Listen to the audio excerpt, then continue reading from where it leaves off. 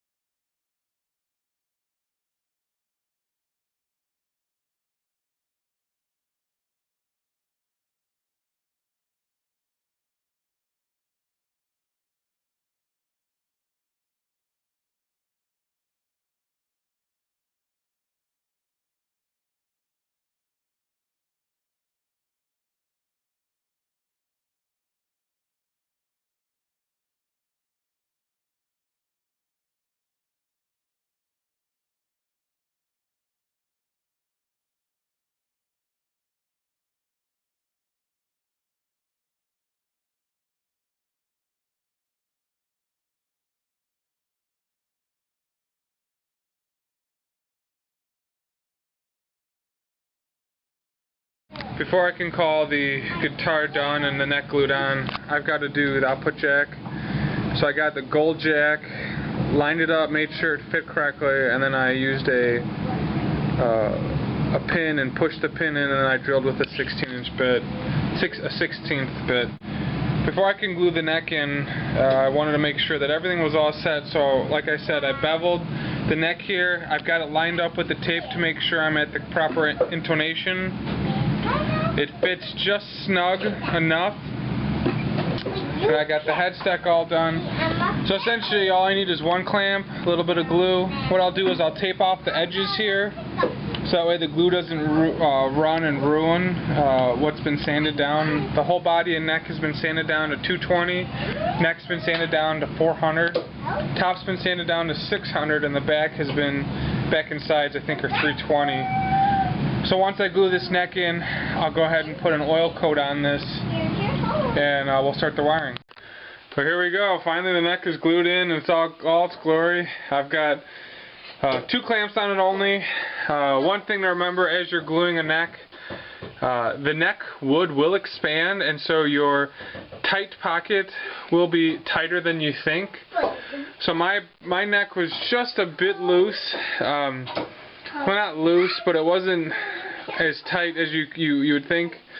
It's kind of hard to say. You obviously don't want too much of a gap because it won't glue, but you don't want it so thick that when the wood swells you can't adjust it. So I needed 2 clamps this time to get it down where it was flat. And so as I've taped, you can see where the glue has just started to butt out. I've got a wet rag and I've cleaned up some of the mess here. But here we go.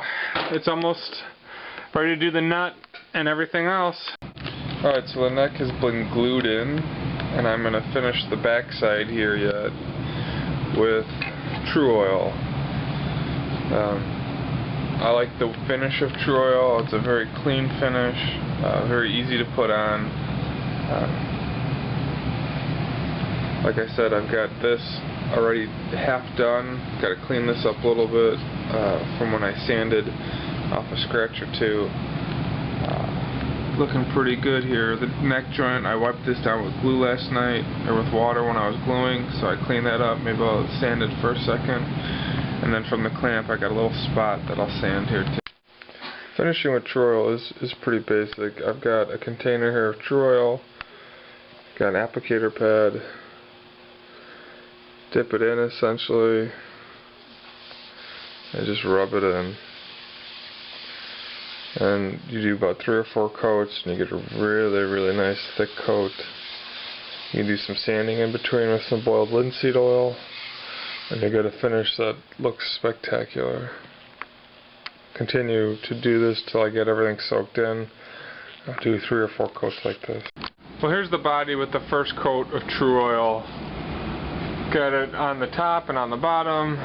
You know, do all the nooks and crannies. The biggest thing about gluing is that sometimes even though you wipe the glue up, it still settles in the corners. So what I'll have to do there is sand off that glue yet.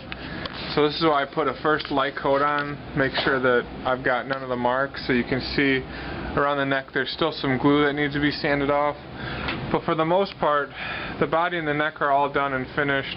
I'll do the nut in a separate video, and I'm not going to show the wiring of electronics. Really no use in showing that. It's pretty basic to wire up a guitar. So this is the blue, electric blue double cutaway, really sharp guitar. I like the top. I thought it was going to be a little bit lighter, but the True Oil has a little bit of a brown yellow tint to it, so that's why the center is a little bit darker. But an awesome looking guitar. Here's